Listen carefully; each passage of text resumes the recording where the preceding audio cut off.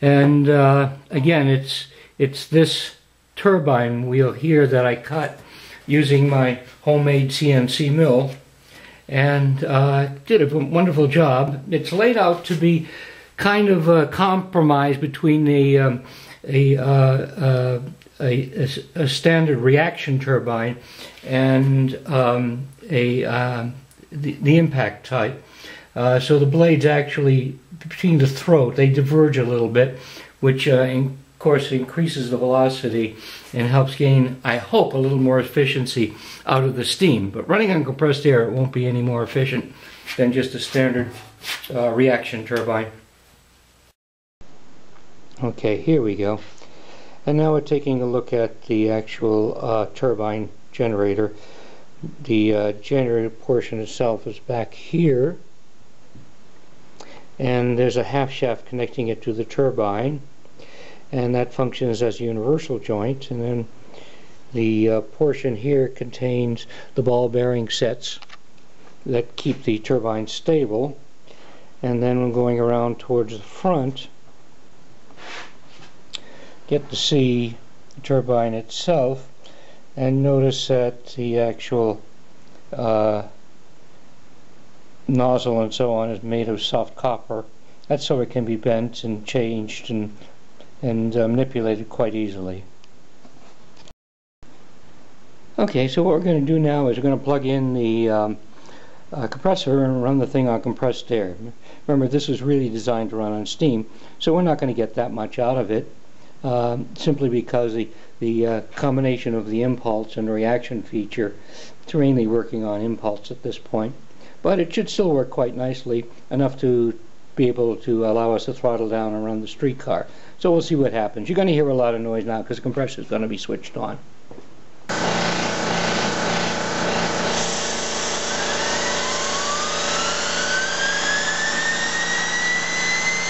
Now I want to make sure that we don't get it running too fast.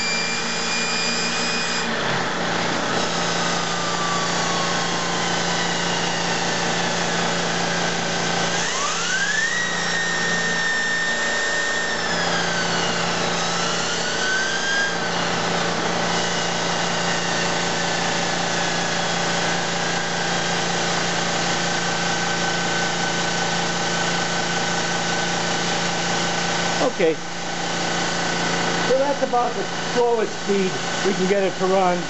Let's see how many RPM we got going here. So right there it's running about 1400 RPM.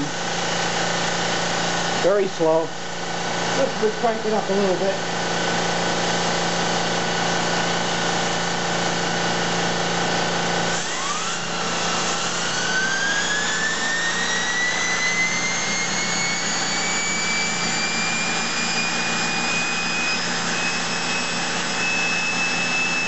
Now that's about as fast as I want it to go, because it'll jump the tracks if I go any faster. Let's see what it's doing now. So right there it's doing about 5,500 RPM, and that's kind of as fast as I want it to go. Now I could open it up substantially more, but it'll jump the tracks. What I'll do is I'll take the streetcar off of it, remove the load from the generator, and you'll hear it crank up immediately. Without a load like that, it's running considerably faster. That was about 9,500 RPM. And as I said, I've had it up to 20,000, so matter of fact, I'll run it up as fast as I can for a few seconds just to let you hear it.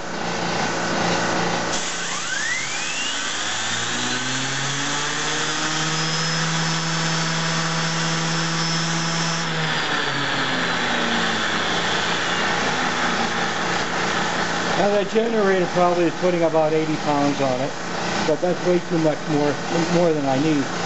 So that's where we're going to stop it from now. And as you can see, this unit will in fact make a nice drive mechanism for any electrically operated boat or whatever you want to use it on. It's got more than enough electrical output to run a model boat or model train or anything you want to, and it can be made much more compact. and I'm actually thinking of cranking out an axial version of it. But again, to point out some of the features, again, we got a Lexan, so you can actually see the blades moving all the way around. It's got a combination of a reaction and an impulse on the pitch and the shape of the blades. Again, here's what they're cut out when they are cut out on my CNC mill, and you can download a picture of that being machined, actually a video as well, and as well as the one operating on live steam. And it's working quite well, so I'm very pleased with it.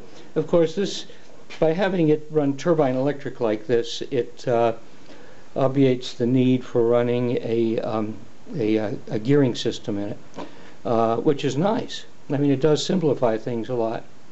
The only problem I have is that engine can run up to about 10,000 sustain, the generator, that is, motor, electric motor.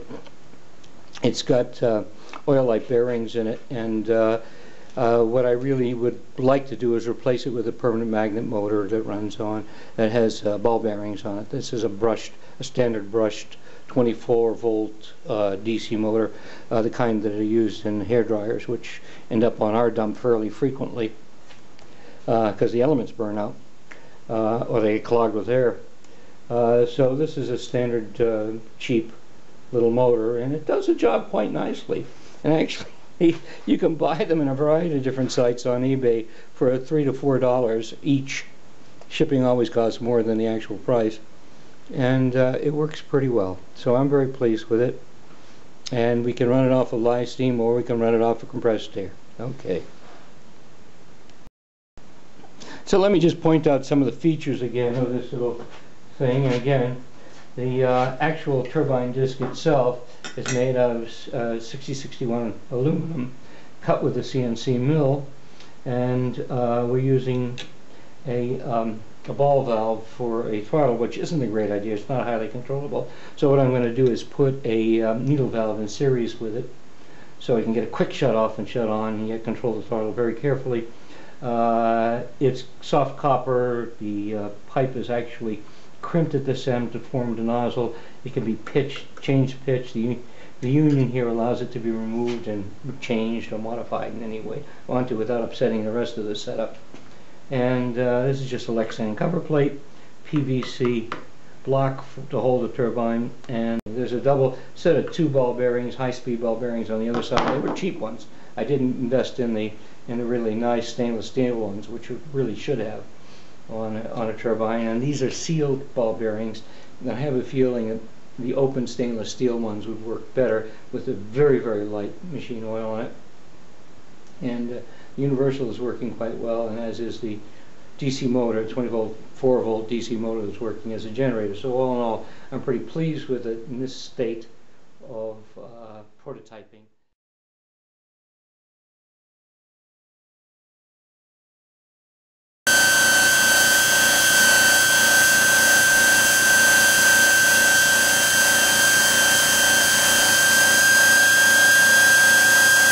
Okay, we've done a little bit of a modification, and we've made the housing out of aluminum. And what we've done in the rear is we've attached this section here to it, which now contains the 2 high-speed ball bearings. The half shaft that comes from an RC dirt racing model car, and the same Johnson motor that I had before is there, and we've kept the flexibility of the being able to modify the input nozzle simply because I want to mess around with this a little bit more. But the housing is now made out of aluminum, and what we've done is put a standoff here out of Lexan, and of course the Lexan front cover. We now know that that's capable of withstanding steam, and so what we have is a sit-up that looks like this. And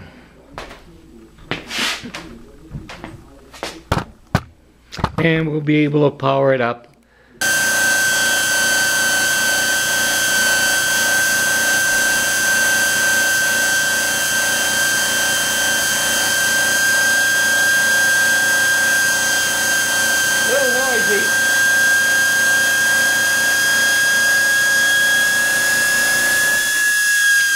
you can hear the compression, the turbine noise.